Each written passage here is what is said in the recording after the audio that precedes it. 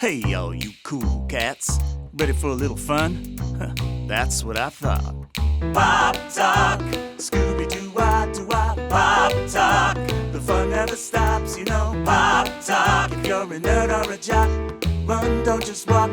You're ready to rock, you got Pop Talk. Now, from Funko Hollywood, it's time for Pop Talk. Hey everybody, it's your pal Funmaker Mike. Here's another edition of Pop Talk. Get ready, our guest today, singer, composer, artist, keyboardist, and co-founder of new wave sensation Devo, Mark Mothersbaugh. Welcome. Hi, hello Mike. So as we ask these really hard-hitting questions, we ask you if you wouldn't mind building a pop. It can be yourself, it can be a fantasy pop, whatever you want to do. You just reach in there and start playing around with the parts. Really? Okay, I'm gonna have to give in to that temptation. I like that. Okay, as you know, Funko is a collectibles company. We make all sorts of great, fun collectibles. Do you, Mark Mothersbaugh, collect anything yourself? I'm a collector since I was a kid. Luckily, I have a warehouse that I can keep the collections in, but I have guitars, synthesizers, strange electronic instruments, and I don't know, all sorts of stuff. I was looking at it. It said Devo was founded in 73. The first album didn't come out till 78. What happened between 73 and 78? It was, we spent time in Akron, Ohio, and it gave us a chance to really put together who we were and what we were. In that time you're talking about, we made our first film with Chuck Statler. We did this film that had 2 Devo songs in it, and we experimented with sound and invented. My brother, Jim, who was our first drummer, he invented one of the first electronic drum kits ever made. And if you go listen to the very first Devo film with Jocko Homo and Secret Agent Man, you'll hear it, and it's pretty radical sounding.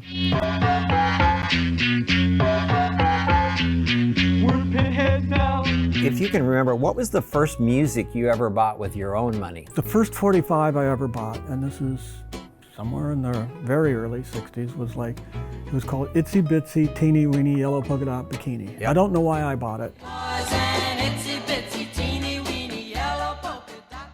But the first album I bought was, I remember my dad, we had 5 kids and it was always chaos at dinner, and he had this little black and white portable TV, and he'd set it on the kitchen table, and the whole family would kind of get quiet and eat. And our dinner time coincided with something called the Ed Sullivan Show, which was a variety show. And I just remember it's just a normal night at the Mothersbaugh house, and he goes, "All right, and we have directly from Liverpool, England, the Beatles." And I saw the Beatles come on TV, and I went, that's why I've been tortured learning how to play keyboard for the last 5 years, so I could do that. I want to do that. And I went to Woolworths to buy my first album. And I found one Beatles album that was only 99 cents, and I bought it. And I got it home, and I was all excited, and I started putting I'd put the first song on, I go, that doesn't sound like what I heard on TV yesterday. Mm-hmm. I put the next one, that doesn't sound, and I kept going all the way until I got to the end of the second side, and there's this song called "You Got Me Bug, Bug, Bug, Bug, Bug, Girl, I Don't Know What to Do. You got me bug, bug, bug, bug, bug. Hey, little ladybug, I'm in love with you." And I'm like, that doesn't sound anything like the song they were playing yet. And I'm looking at the cover, and it looks like the Meet the Beatles record cover, but it says The Bugs. And all of a sudden I realized my first album wasn't a Beatles album, it was The Bugs. Gosh, wow, that's actually a terrific story. I ended up writing a song for Boogie Boy, who's a character in Devo, to sing years later called "You Got Me Bugged." So it kind of, I kind of was able to expel the demons of that trickery. It says here you were friends with David Bowie. In fact, for a while you actually lived together in New York? No, just stayed at his place for a day or two. Oh, okay. I lived with Iggy Pop out here in California, when Bob Casale and we had nowhere to go, just playing little clubs and stuff. So we lived in his living room, slept on his couch for about a month. But Bowie came and visited us. He kind of helped out with our first album. I remember that album cover so vividly. The one, now, Is that Chichi Rodriguez? Yeah, back in the 60s when I first met Jerry, 69 or something, we went to what was like the Ohio version of Kmart or something. And they had been making a line of golf products for Chichi Rodriguez. Yeah. And we were looking through the store for something else, but then it caught our eye on was the tags, and it was a golf ball because you could tell by the divots. And his head was in front of it. We thought it was genius. Anyhow, I kept the artwork, and we used that image for Be Stiff in Europe. We did it on Stiff Records, and so they put that out. And then when we did our album, we wanted to use the same image, and the head lawyer at Warner Brothers was an avid golfer, and he said, "You can't use that image. That's Chichi Rodriguez's." And so we started writing him letters trying to find him to get permission to use it.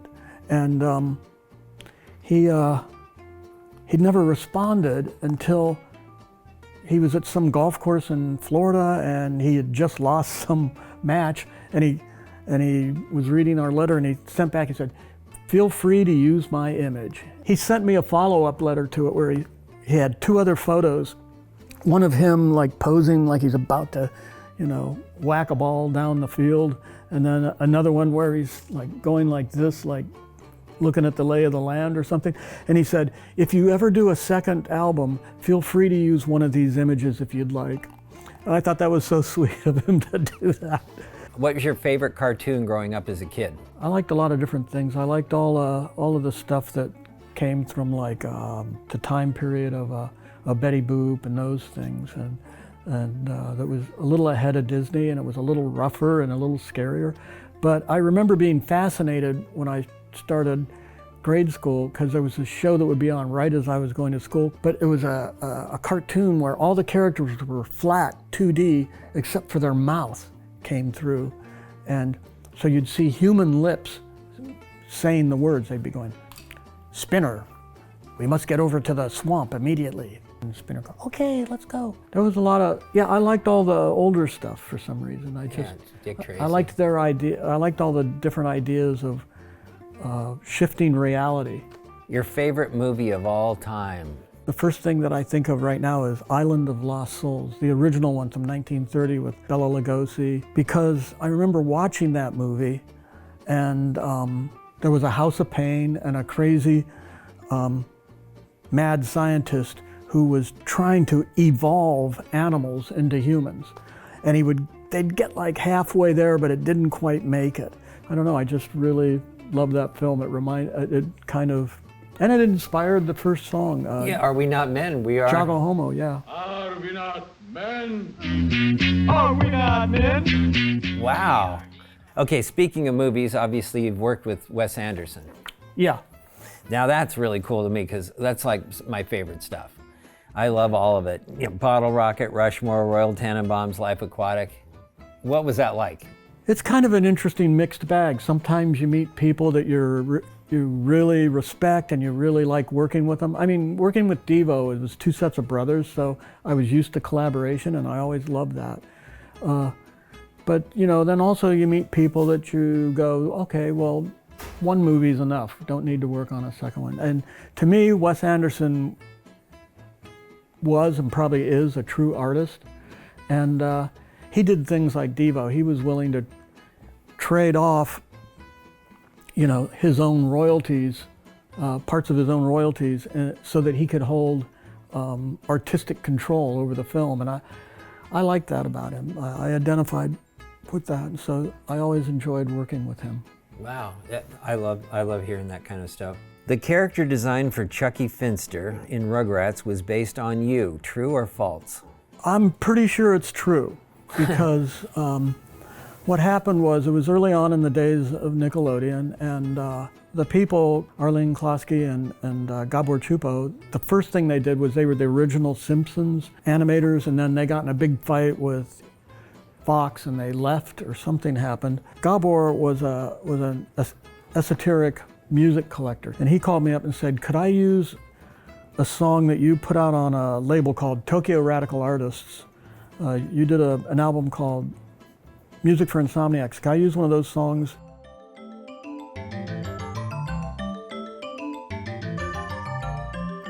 for the theme song for Rugrats, my new show, and I said, well, you know, why don't you let me write you? I've scored kids shows. I did Pee-wee's Playhouse, and why don't you let me write a new song for you? So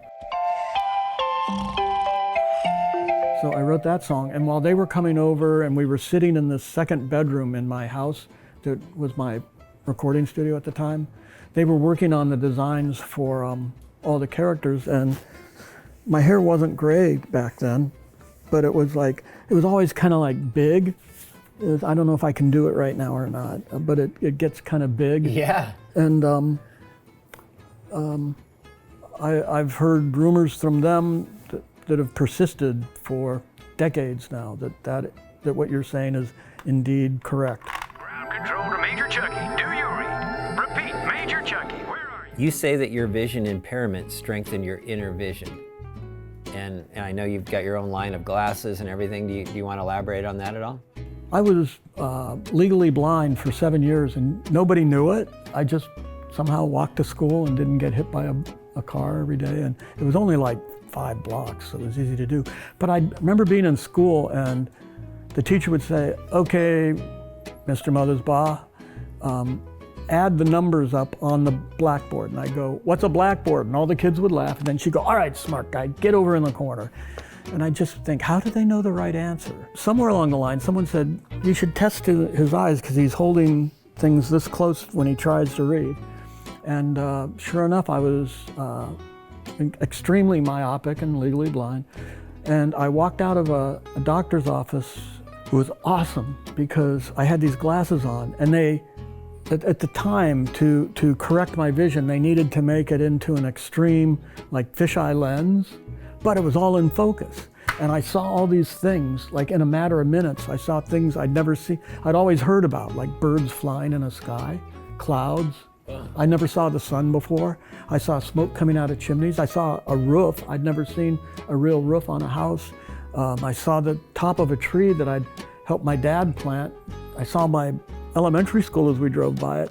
And so I was just totally overwhelmed by how wonderful life had just turned at the age of 7.5. So I started drawing, and this teacher who had, like, back in the 50s, they were allowed to spank you. Yeah.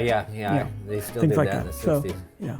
So this woman this teacher had been spanking me, she's standing over top of me, and I'm drawing a tree because I just, I was so impressed with what they look like, and I was drawing a tree, and she said, Mark, you draw trees better than me. And that was the first nice thing she'd said to me, and it was like, school was almost out in a couple weeks, and I was just like an irritant, headache to her. And she said that nice thing, and I dreamt that night I was going to be an artist when I grew up. Wow. Yeah, so I did a museum retrospective of my visual art and audio art both about 6 or 7 years ago. And I was looking for a title for it, and I ended up calling it Myopia. And I don't know, it fit. And I actually do draw a lot of eyeballs. Wow. If you were a superhero, what would your superpower be? Here's my pet peeve with the universe. How did we get in a part of the universe where time only flows one direction? It's just a string that keeps going one direction. Time just keeps going forward. I would love it to be able to bring knots or bows to our part of the stream of time, so we could like get up here and then jump ship and go back to 1963, and then after you get sick of it for a couple of years, you jump back and you're in 2022, and then you jump somewhere else. And I would like it if we could move around in time. Childhood heroes, influences, inspirations, you have anything that really comes to mind that was really something that really kind of set you on a path? The Beatles and the Rolling Stones. I think music is important for kids early on. It inspires you. I love the idea of music helping you make sense of the world. There's a point in your life where you're a child and you're like, okay, everything's gonna be better, right?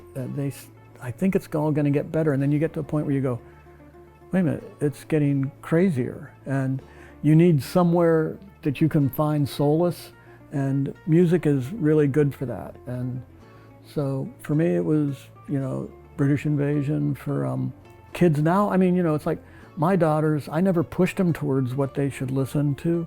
One of them was listening to emo music, and I was like, okay, that's great. I'm glad you love that. And then the other one was listening to classical music because she's a ballerina. And so I was like, wow, that's amazing. I did have a question here about, you never thought you'd be a father, but now that you are a father of two. Yeah. In 1969, I'm a freshman at Kent State University, and I get handed a book called The Population Bomb by my sociology teacher or something. And in it, this guy predicted that because humans are multiplying out of control, that we will deplete all of the resources on planet Earth, and by the year 2050, he predicted a virus will save the planet from humans. That made me decide I didn't want to have kids. And so my wife, when we got married, she knew, I said, one thing though, you got to know, I'm not going to bring children into the world. And after we got married, the first thing she said was, okay, well, I know you don't think you want to have kids because you don't want to bring children into the world, but what if we adopted kids that are already here? That wouldn't go against your ideals. And I said, you're a tricky woman. And so she started going on the internet. Always watch out when your wife is going on the internet at night. We started looking, and we said, yeah, we want to get a child. And we did. We got this girl, and I just remember, I'm not paying attention because I'm going to work every day. And then all of a sudden I realized, oh my God, we're going to China next week to adopt. And then we went to this kind of factory in the middle of this industrial town, and we went in this freight elevator that had lights flickering like you were in a David Lynch movie, and there were all of us there. It was like 10 couples. We were all, 8 couples, we were all there to pick up a child, and we're in this freight out, the lights are going on and off, and everybody's getting totally hyper. The women are getting really excited, and the men are all getting, oh my God. And I'm just thinking, my wife, you're crazy. Why are you?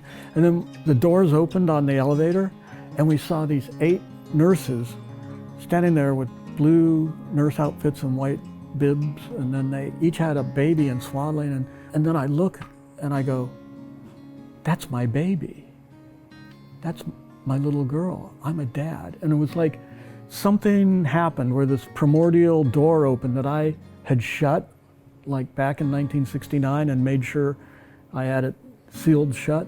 And this door opened up, and I totally became flooded with emotion over being a dad. It was so amazing. And my wife went from being the craziest person I knew to being the smartest person I'd ever met, all in like just 1 minute. And I have to say, having children changed my life, and I think I'm a better person because of it. And I owe them so much. It's amazing. Wow, thanks for sharing that. That was really powerful. Well, the big question is, here at Funko, we make these pops and other products like soda and stuff. What was it like being popped by Funko for you? Where are those things? Here they are. Oh, yeah. I'm honored to be popped. I love those guys. I think I understand collecting those, and I do have collections of different characters. I have a whole bunch of stuff. I used to go to Japan in the 80s and write music for bands like The Plastics and Hajime Tachibana and other Japanese art bands. And I'd go to stores there and collect like all these superhero characters. I love all that stuff. So I still have a big collection of, not as cool as these, but they were like more like little, like flesh-colored rubber characters that were superheroes. I have like hundreds of those from the 80s. What did you create over there? What did you make? Some compact little critters that that, They're like little balls. yeah. Mark's they Mad could, Balls. They could be, part of a game. It could be the beginning of a game depending on how many of these characters you had. I appreciate you coming on the show. I mean, it's been a real privilege, and Thanks for having me. I hope something's useful for you here. oh yeah, there's been a lot of great moments. So that wraps up another edition of Pop Talk here. I'm Funmaker Mike with my pal Mark. Ay, ay, ay.